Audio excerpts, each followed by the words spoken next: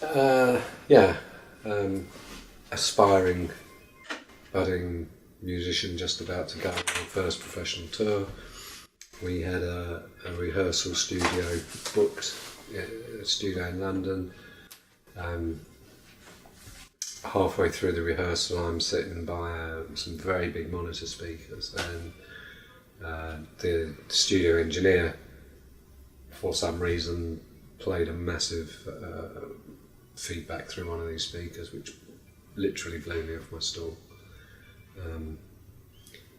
End of my career, constant tinnitus, which I've still got 43 years later. But what stopped me playing was a condition called hyperacusis. So that was painfully loud for me. And that was it. Career over, age 19. I wanted to find out what was going on inside my head. I couldn't get any reaction from the medical profession then, because it was a long time ago. As I said, my doctor told me I should have got a quieter job. And I had to do something. I had to work. I wanted to find out about what's going on inside my head, and I kind of thought, well, audiology is a good route to learn about my ears and my head. So that's how I got into it. I came in through the kind of hearing aid audiology route, which is really focused more around dispensing commercial hearing aids. And I ended up doing work with premature babies and young school kids, profoundly deaf kids, which was really satisfying. But probably that was 1981, and probably 5 or 6 years later I came across the custom moulded musician's earplug, US device called an ER-15, made by a company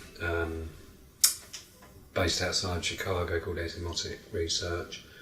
That was my light bulb moment. That was great. At last, here's a product that musicians can use to protect their hearing and still play music.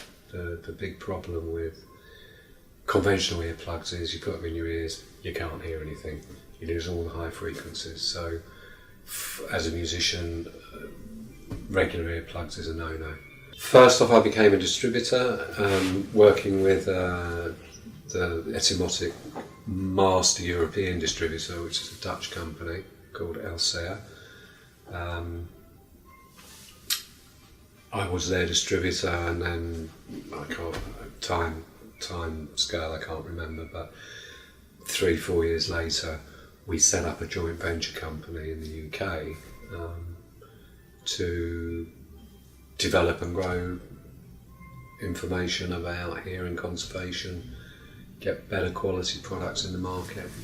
Yeah, so the in-ear monitoring side was really not by accident, but we started to make a good business and develop a reputation in the pro audio market for protecting musicians' ears.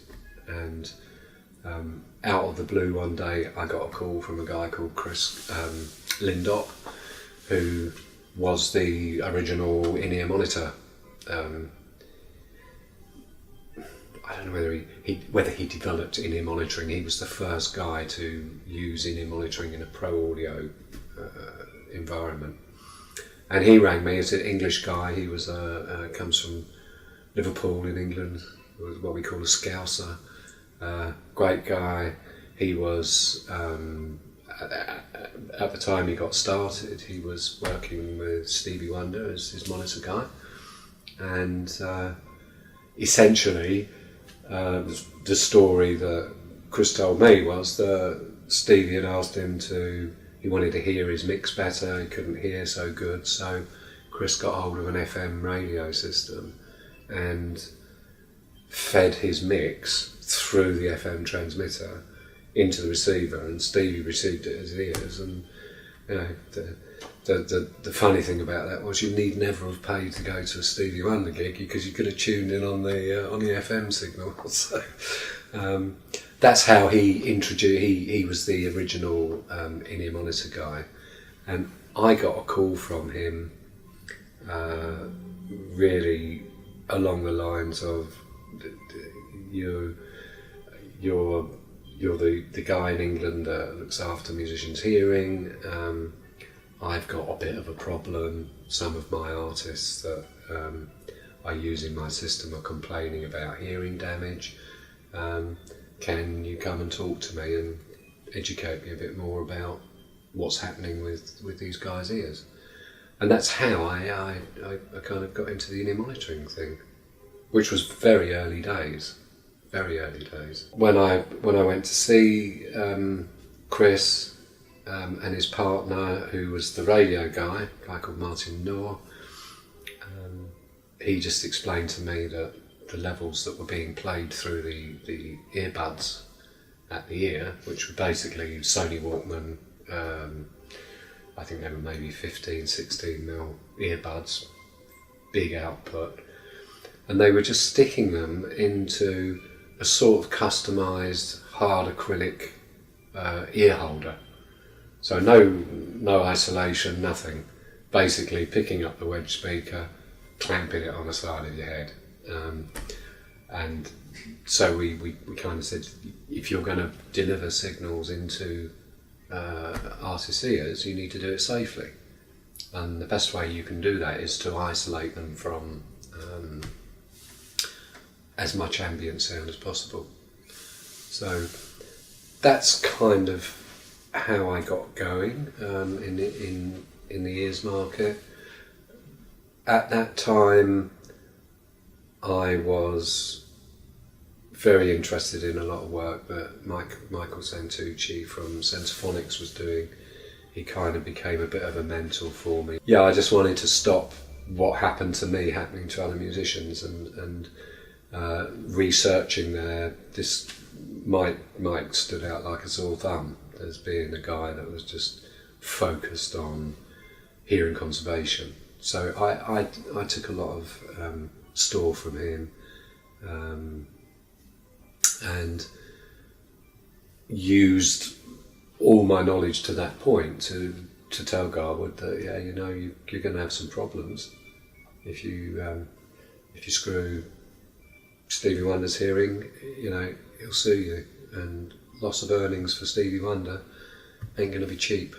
So he asked me if I could make a safer earpiece, and because we were manufacturing our hearing protection in soft silicone, we used soft silicone as the medium, and we started